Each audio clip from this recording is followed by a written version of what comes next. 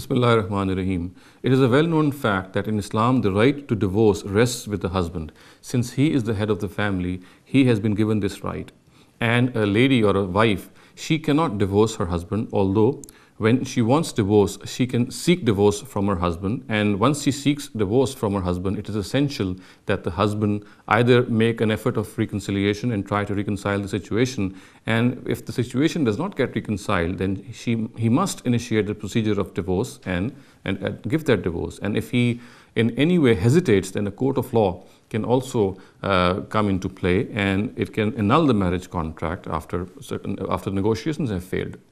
Now, in this regard, a very important misconception which generally prevails is that whenever a lady seeks divorce, or a wife seeks divorce, which in parlance is called khula, then she must give some money back to the husband. And in other words, this is also called talaq bil mal, which means that she has to buy her divorce. Whenever she has to seek divorce, she must pay some money back to the husband, and then only will the talaq or the divorce will get established. Now, since this has been based on a Quranic verse, I'll read out the verse to you, and it will become evident from that reading that actually the verse has not been interpreted properly. It has been interpreted out of context.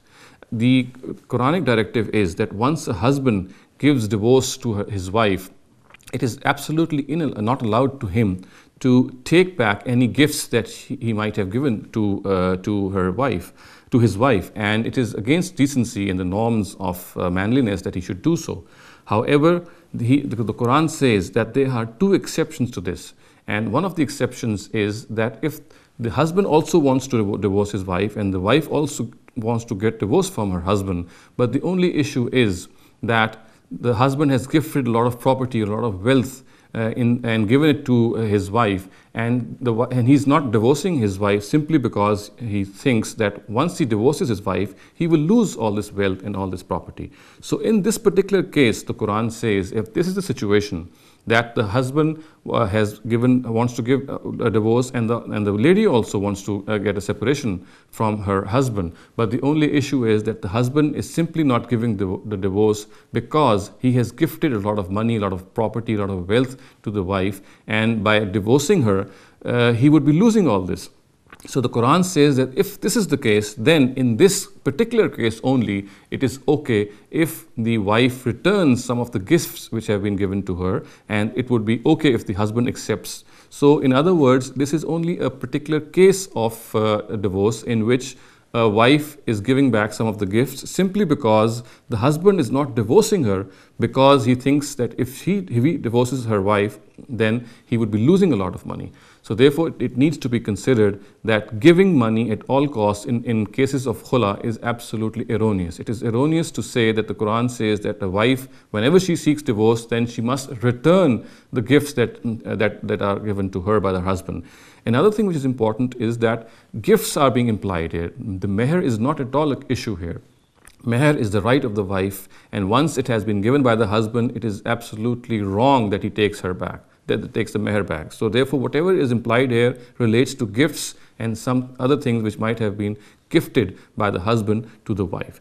And I now read out the verses of the Quran which actually state this, and it will become evident by a simple translation of those verses that this is just a particular case of divorce in which a certain issue is being discussed, which I have just described, and it is absolutely not the case that in cases of every khula, in matters of divorce in which a lady is seeking divorce, she has to pay money in every situation at all costs. The Quran says, I read out these words from you, they are words from Surah Baqarah, verse 229.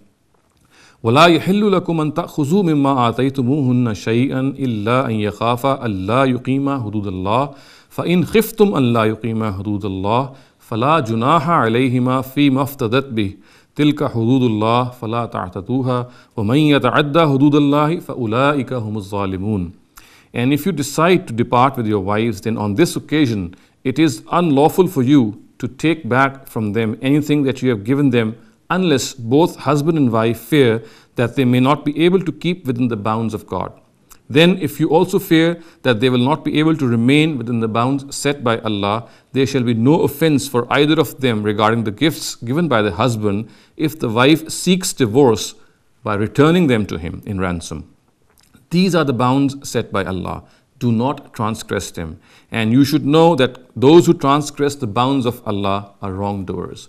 So it is absolutely evident from this simple translation that a particular issue or a particular case of divorce is discussed here, in which the husband has gifted a lot of money to the wife, and he's simply not divorcing her because he thinks that by divorcing her he would be losing that money. And the wife has been urged by the Quran that if in such a case she returns these gifts back to the husband, and in that matter a separation or a divorce takes place, then it would be okay or all right for the husband to accept these gifts back.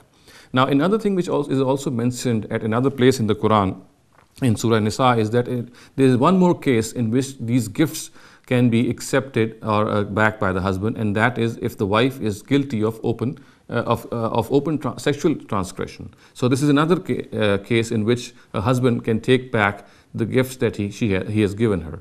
So in a nutshell, we can say that in this regard, it is not at all correct to assume or to derive or conclude that in all matters of khula, in which a wife seeks divorce from her husband, that she must pay at all costs some money, some wealth that has been gifted to her by her husband.